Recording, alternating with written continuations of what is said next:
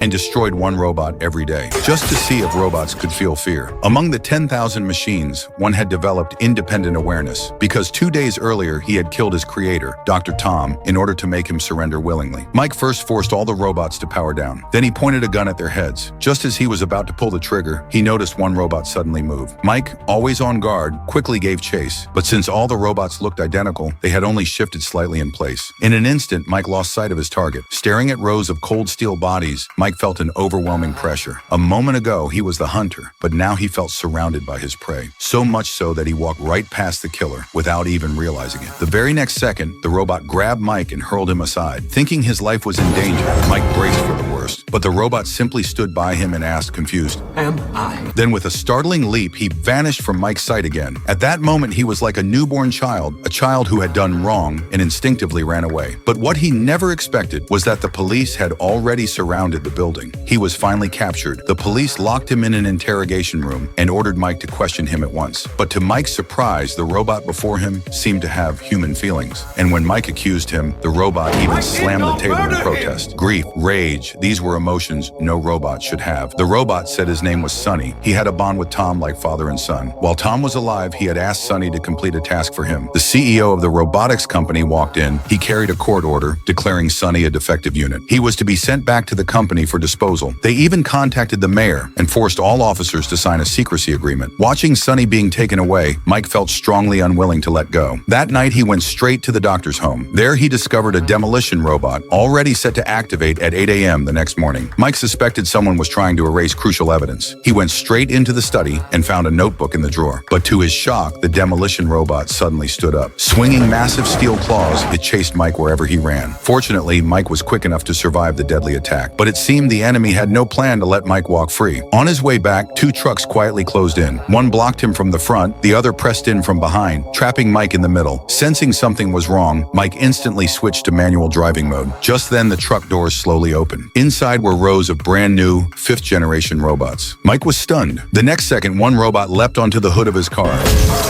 You are experiencing a car accident.